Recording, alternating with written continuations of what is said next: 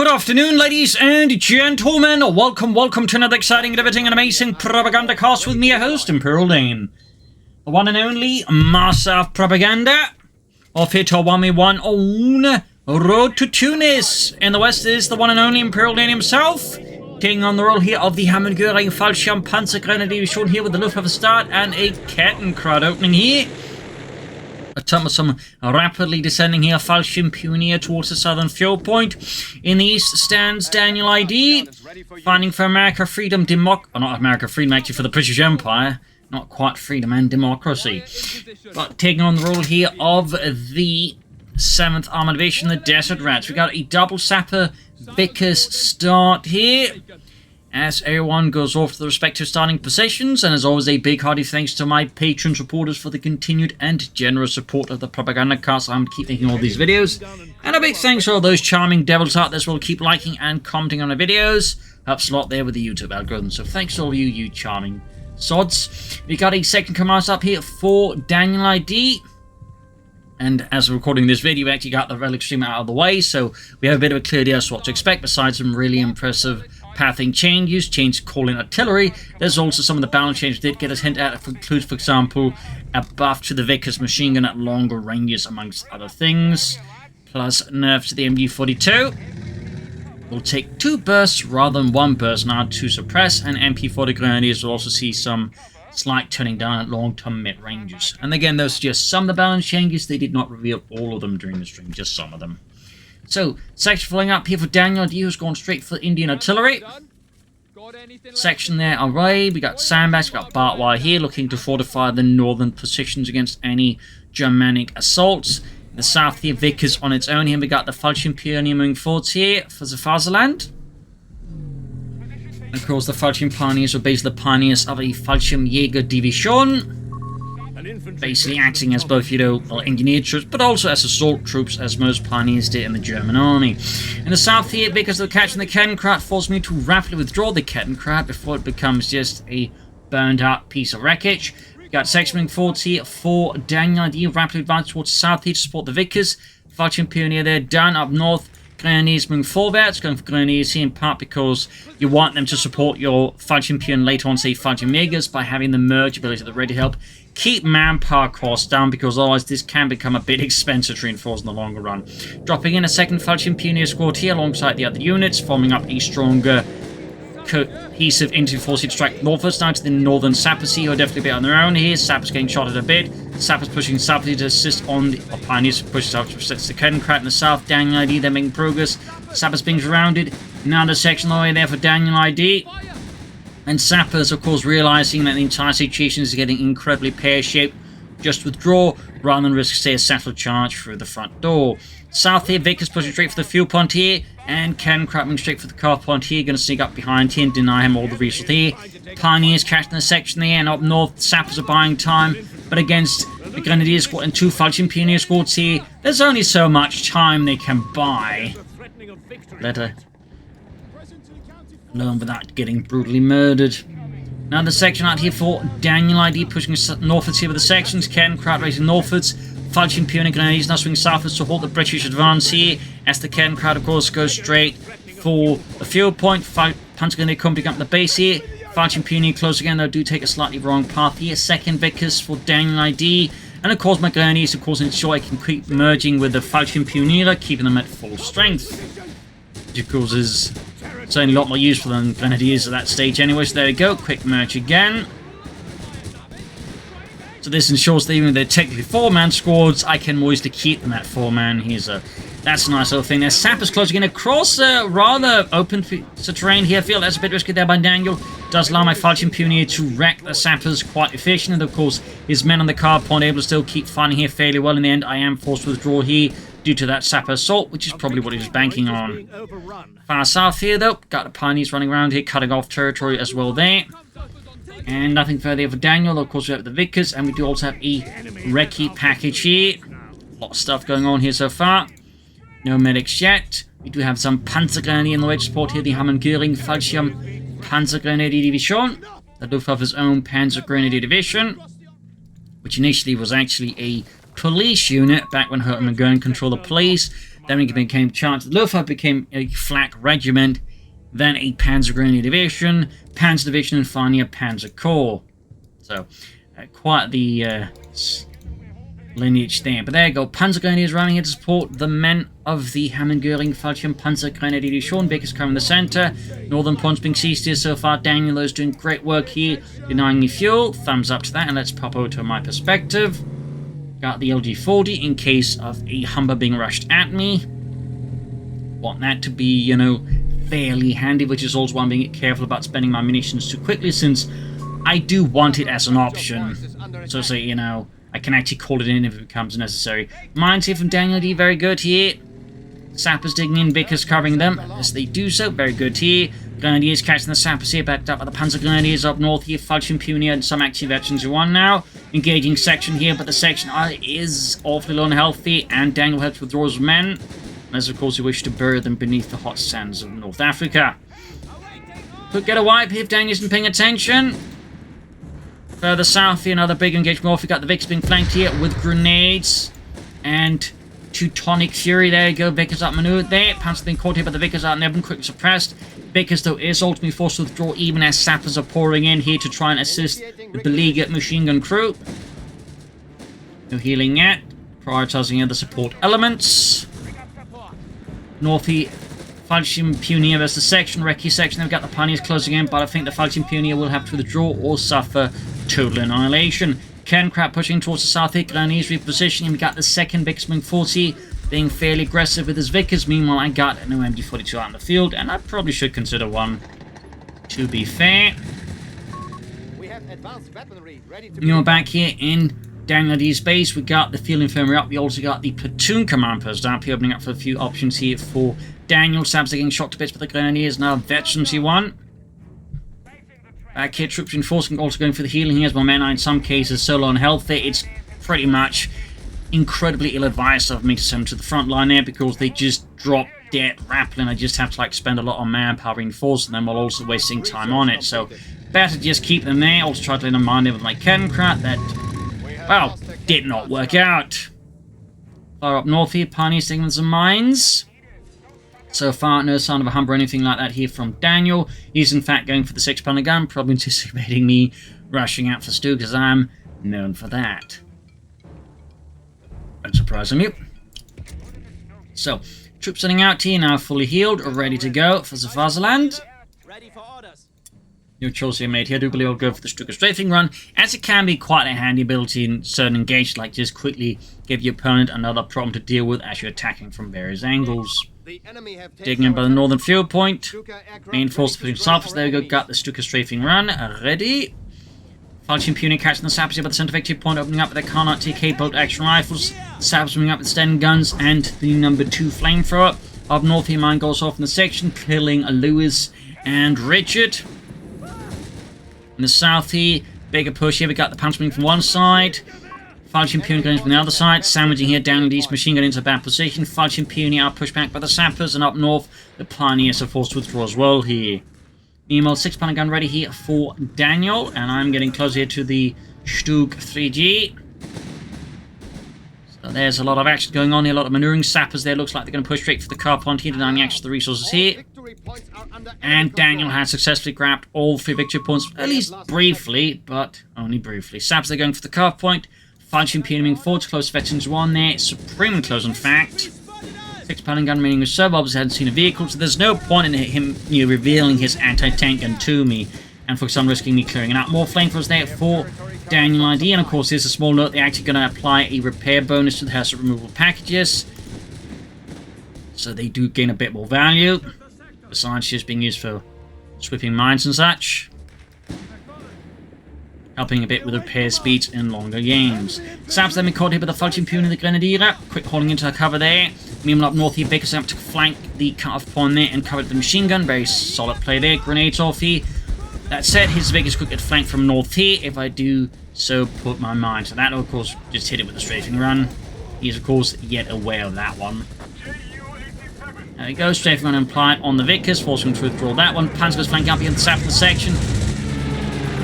Of course, retreating there, it doesn't take nearly as much damage there from the strafing run there from the Stuka. Panzers flank up behind the section, ripping through them here with expert accuracy, forcing the British to withdraw here up north here. Men of the 1st Armored Division clashing with the men of the Hermann Göring. We got the Falchion Puny advancing on the center. Stug, by the way, should be on the way. There we go. Sturmgeschütz ausführen G. And back to DanielID, who's got the Gurkhas in there. Of course, it's equipping them with the Bren light machine gun. An excellent upgrade there. Victory point lost. The enemy has control. Forcing healing here. And dropping in some Fallschirmjägers. Stug also arriving. Should add the pin light machine as soon as possible. There we go. Stugs, by the way, there will be some changes to officers of the pathing, but also to vehicle profiles, determining the speed and rotation speeds. And for example, the Stug here will become what is known as a casemate. He has, you know, no turret. And, you know, so thus will have slower rotation. As an example, of course, they will also have traverse enabled, which for those who don't know what traverse is basically that little gun in the front there. Can't really turn very wide that they actually can, so that should make the Stug a lot more useful offensively and defensively in general on the move. On the other hand, they will nerf the point-blank blast to compensate, as it was at times kind of crazy and could like wipe entire units with a single blast. So that will be toned down a bit, but overall I do think Stug should perform a lot better with the pathing and traverse fixes. Another 6-pounder gun here for Daniel. Falchion Puny being withdrawn here. Both Night Veterans 1. Sturmgeschütz causing heavy knee repairs. That 6-pounder gun, of course, did quite a number. North Grenadiers firing at the good because of the advanced Fallschirmjägers. Looks like they might try and assist here. With the FG-42s, or Fallschirmjäger 42, dropping in a second Fallschirm squad here towards the south here. Catching the Gurkhas there in a bit of a deadly cross. There you go. Mills bomber sorted off. Forcing men to dive out of the cover, but that doesn't necessarily help the Gurkhas against the Fallschirmjägers. Towards the centre there, British forces have secured the centre with anti-tank guns, machine guns, and a bit of infantry in the far south. Fallschirmjägers here dropping in, ready to flank around on the field point, hit the sappers there. So now I have a fair amount of infantry there with 1 Panzer Grenadier squad, 2 Fallschirmjägers, 2 Falchion Puny, and the Grenadier squad for a total of 6 infantry squads, giving me quite a bit of field presence if I can manage it. And of course that's the big one there. Stug, of course, need repairs. Falchion Puny, Pioneers equipped with a flamethrower, since I don't really need minesweepers thanks to the Falchion Pioneers just being able to like just whip out a minesweeper. So they come in as a standard. Fun fact there, for those who don't know. Quick saddle charge here to force out the British. If he doesn't pay attention in time, they're costing the Vickers. And that did cost the Vickers. Look at that, Otto! Yeah, nice handiwork. South here, Panzer's Fallschirmjägers moving forwards here, so got a fair amount of elite or more elite assault troops there. Back at base here for Daniel, troops enforcing healing. We'll have to, of course, replace his Vickers, or what he does in response to that one getting utterly pulverized. Far up north here, Saps ground the point here. Stug almost fixed up. We've lost a sector to the enemy. And another Sturmgeschütz 3 ausführen G on 2 for the Fatherland. Sappers with Vickers being pushed southwards. Fallschirmjägers advancing in the centre. There you go. British forces looking to claim the centre here. An upgrade here on my Falchion Pioneer. I probably should have considered upgrading with some FT-15, so the Granatenbüchse. Sturmgeschütz advancing here. Of course, at this point, it might also be worth considering for DanielID to slowly begin taking out. They're pushing maybe for some foot guards or some tanks. Sturmgeschütz racing ahead here. We also got there the volunteer infantry and the artillery saturation. And of course, the artillery itself, Collins, will receive some notable changes here, including a series of flares. So, for example, yellow flares for least dangerous, mostly just affect to infantry.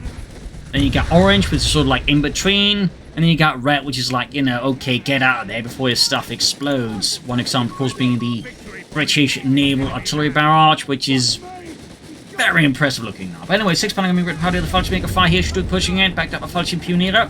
Section is sent packing. Second Sturmgeschütz ready. But of course, they also make some notes focused on how most of the artillery call-ins now, for example, start out with a few more of the initial bursts accurate, but then, you know, getting less accurate as more bursts arrive their shells. Except for the one that Cyril's artillery in there, meanwhile, they will actually start less accurate but get more accurate. And perimeter monitor will also get some significant tuning down, including amongst other things. It now fires a variety of artillery, so it's not just immediately going to splat your stuff out, amongst other things. But yeah, they definitely overhauled, I think, pretty much all of the various off-map barrages that way.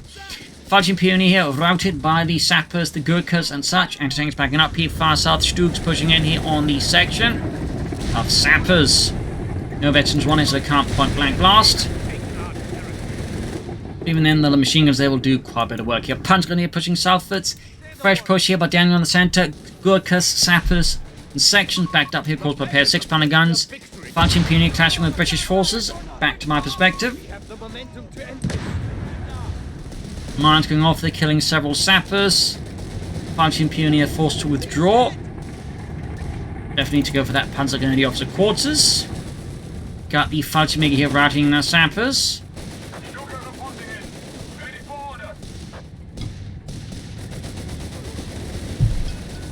Note the flare changes will also apply to, like, you know, call-ins from by air, so I imagine, you know, the Stuka strafing gun's going to get yellow flares. The south here, Panzers the section, Vickers here, 6-pounder guns, ready to cover against any German army they're moving into support here.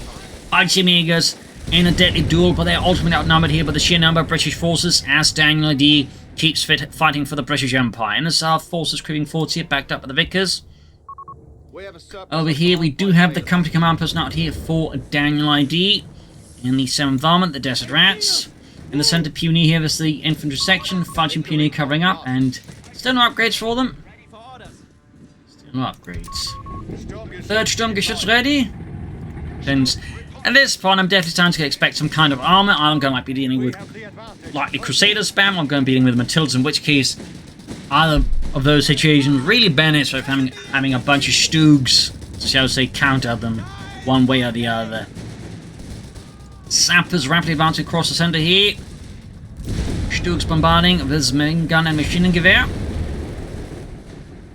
3rd Stug there, getting a bit more further southwards. Far south here, Falchion Megas dealing with advancing British forces of the Recce section. They're definitely finding out they did not scout ahead far enough, and are met with fierce FT-42 fire in the center. German assault here with a massive Panzer Grenadiers and Falchion Megas advancing upon Daniel's positions. Vickers being set up here, quick hit by the strafing run here.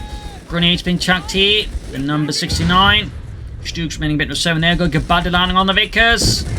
Wiping out the crew in a shower of kaboom. Up north, the Grenadiers ground northern point here. We got a Matilda 2 on the way there for DanielID and the 7th Armament. South side, Falchion Megas advancing. Stugs converging. Vickers there being grabbed by German forces. Getting me my first machine gun this match. It does go for Rough Grenade there and should be able to wipe it out again. Does it get lucky? I did not. Falchion Pioneer here is the section. That's set out in the open. The section is in cover, and of course getting the veterancy bonus. Pioneer advancing, more Falchion Pioneer here. Fresh wave of troops that are being poured in here by Daniel, as of course he's likely looking to try and get that machine gun out of my hands, and I'm of course trying to get that machine gun back to the Svartaland. Falchion Pioneer routed, Gurkhas moving forward here, and there you go. Looks like he's about to toss some grenades here. Falchion Pioneer flanking, Falchion Megas advancing up. More troops pouring up here. Massive infantry assault here from the British forces, looking to claim on the centre.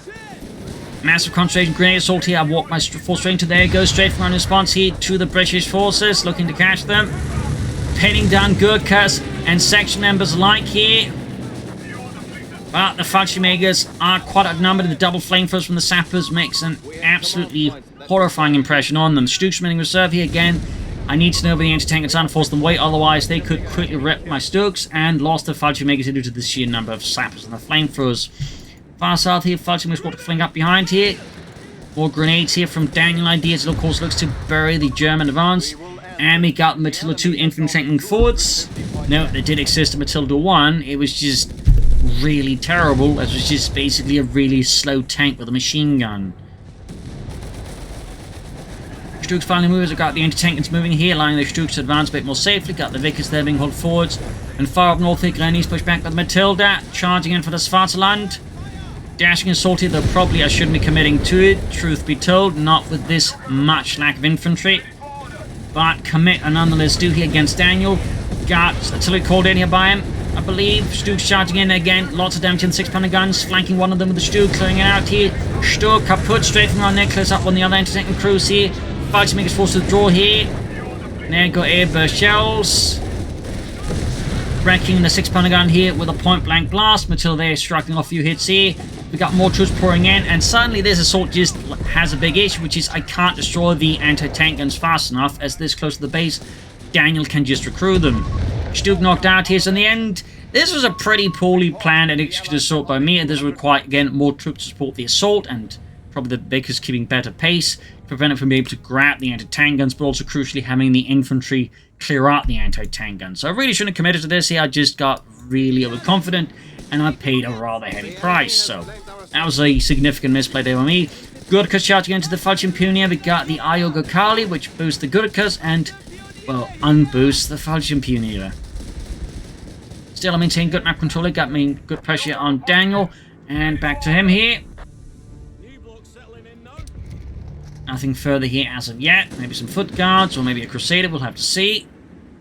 Meanwhile, another Sturmgeschütz to replace this one of the lost Sturmgeschütze. Got the Matilda being fixed up. Already Veterans 1-2. Very good for him. Very good. A fuel point is being overrun. Catching the section up north here with the Fallschirmjägers. Close to the centre, the Panzer advancing into Matilda 2 here. Going for the fuel point, looking to further tie down here. Daniel's fuel income here. I think I'm trying to locate any anti-tank guns here, as I don't again know where they are. Of course, I don't find them, but I do find a lot of Matilda 2 high explosive shells. The hard way. Ends up kind of being a waste of manpower there. There goes Stuke, shoots, bounces.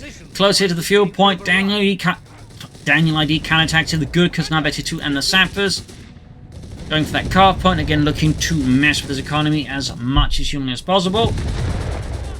Sturmgeschütz pushing north here, catching the section of a northern victory point. Threatening there with a point-blank blast. We've lost a sector. Lot of retreating here towards the base for reinforcements, healing, and other such things. And there we go. We do get some foot guards here for DanielID. Something a bit more highly equipped. Oh, apparently can't quite decide. Maybe he also wants to consider something else, but then he does commit to the foot guards. And there we go. Stuke's engaged. Again, those double 6-pounder guns there proving to be a massive headache, costing me another Sturmgeschütz. Munitions cooked off there. A victory point is being overrun. North here, Falchion Pioneer, Fallschirmjägers advancing. We should use our command points ASAP. Heading for the northern victory point. Fallschirmjägers creeping up here, looking to try and catch these anti-tank guns, clear them out. Sturmgeschütz rushing and trying to contain the Matilda for now. In the centre, British forces dug in. Fallschirmjägers, they got the anti-tank guns, rushing them down here with the FT-42s firing off vast fusillades of lead here. Sturmgeschütz shouting at the Gurkha. Note that the Fallschirmjägers in North Africa were like equipped with the early model FT-42, which is actually less great at automatic fire. It was actually with the later model from, I think, 1943 onwards that they, while it was easy to produce, it was also a bit heavier, but crucially could manage automatic fire better. There you go. Attempt to get a wipe here. I do merge on the retreating Fallschirmjägers, which of course prevents the wipe, but also means as soon as they're back at base, they just get moving again. Up north here, Stuke finally falling back here as I can't maintain enough pressure on, well, Daniel's infantry and support weapons to prevent them from just going straight at the Sturmgeschütz. Back at base, I do have the Panzer Company up, deciding I do need something besides Stuke's here. I need some Panzerkampfwagens. Plus probably a few Schützen as well. Now he's got foot guards out, which kind of cause threat on the flank a bit there.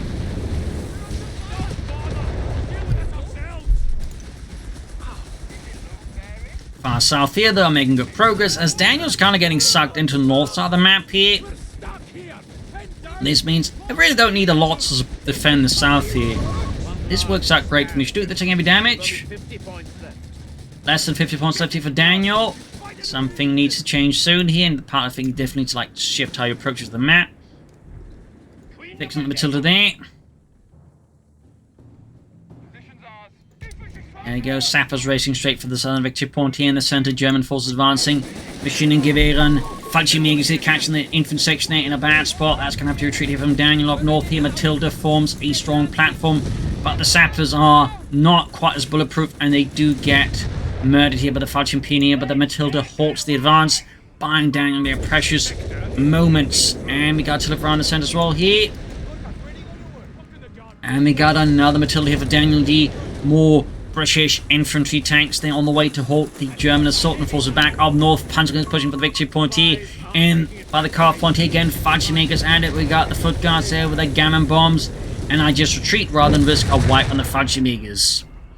Meanwhile, we got another Sturmgeschütz out. Could have gone for the Panther 4 here, obviously, but I did want another Sturmgeschütz out first. Meanwhile, Daniel's second Matilda has arrived. And we're back to beat. Also got the Stuka Leute, just in case. Sap is creeping up through the south here. And in response to the Daniel suddenly hitting all the victory points here, of course, I realized I need to get, like, you know, fairly mechanized to load all of my Fallschirmjäger up on my Stugs, and then send them southwards. Meanwhile, Dan launching assaulting, calling in the Leute to hold him around the point here. Buying some precious moments on that one as the Stugs roll southwards. Quickly diverging one towards the north now, actually. We got the Fallschirmjäger Stug Assault they're moving, or Fallschirmjäger Stug Assault.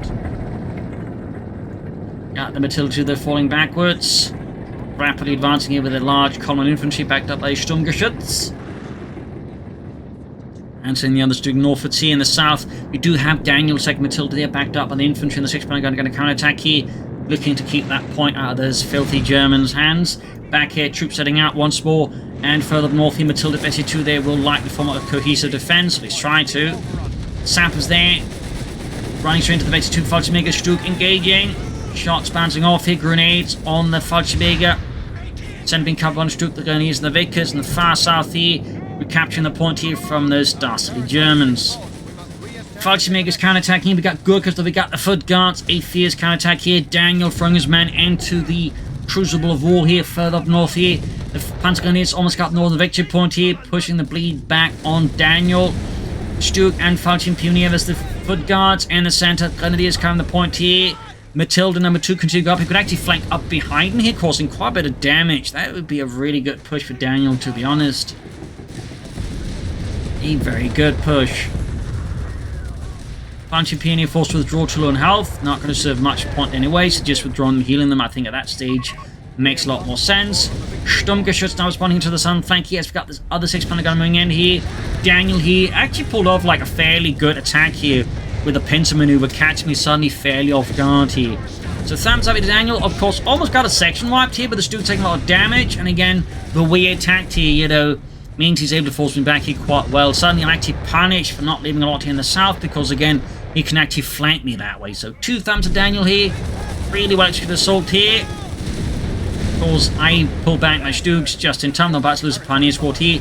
Fallschirmjägers there, Panzerfaust the Matilda. Panzer pushing forwards here, clearing out the 6-pounder gun. Narrowly here buying time. We got smoke being deployed. Second Matilda kind of attacking here to flank the Stugs again. Very good play here by Daniel. Could cost me a Stug shot. Bounces impressively enough here. Stug, though, finally goes down. Panzerfaust, then the Matilda, slowing it down a bit here. Infantry in the center being wrecked by the Fallschirmjäger and the Panzergrenadiers here, as I'm just doing whatever I can to relieve the pressure here. I'm not entirely sure I was actually trying to toss a saddle charge into the smoke there. Maybe I was. So got 1 Stug left here, which is in dire need of repairs. Got 283 to 32 here. Foot Guards being forced to withdraw here. Got the southern victory points, but Daniel had secured the center and the northern one once more. In fierce hand-to-hand combat after a really well-executed flanking attack there. Quickly crewing his anti-tank guns after my troops wiped them. We got the Fallschirmjäger there, super close to the east level. Backed up the Grenadiers, not quite close. Another Panzerfaust that blows out the engine on the Matilda 2. Note the Matilda 2 tank would eventually be replaced by the Valentine tank. Ooh, saddle charge, they actually do go for an attempt here. Knocking out the Matilda. Yeah. Nice little improvised anti-tank charge there. Another Matilda there for Daniel. But yeah, they would replace it with the Valentine tank, and not because the Valentine tank was more heavily armored than Matilda, but it was easier and faster to produce than the Matilda 2. It was also faster from my understanding. But there you go, Panzerfaust ready. Running a bit more mobile armor support here. They can also punch the infantry a bit harder, but also crucially provide me with a bit more of a flanking element. North here forced off the point here as Daniel strikes especially here with his ace Gurkhas and his halfway to ace Matilda 2 here. Foot Guard, Savage Rush in the center. South side being grabbed here. The fighting grows ever more intense here. Finding out the anti-tank as well here. Panther 4 pushing northwards here, backed up the Sturmgeschütz. Panzergrenadiers, Fallschirmjägers rushing against the foot guards here. Thompson's Sturmgewehrs and Fallschirmjägers here. A plethora of automatics here, just going into an unholy chorus. Light gun bombs are being chucked, but they are dodged narrowly. Recce section with the Scopely Enfields and not so Scopely Enfields here, ripping through the Panzergrenadiers. Matilda here being charged with the Stuke and the Panther 4 here. 6-pounder gun being hauled to the front line here. And we got another Matilda ready. In the center, the British forces narrowly come the Panzergrenadiers, but there you go, one bung grenade as a very uncomfortable parting gift here. Does serve as a stark reminder not to underestimate Deutschland. Is Fallschirmjäger rush southwards, Sappers moving up here. Up north here, fighting for Northern Point, having a Panther 4 ripping into the Sappers. Adding the Schützen here. Could also consider some Stossturm actually, that wouldn't be a bad idea either, honestly. But enough about that. Pushing him with the Matilda against the Panther 4, flanking it. Another side hit here, Panther 4 being forced to the jaw. A lot of bounces there. And there goes Schützen added. To the Stuke as well, of course.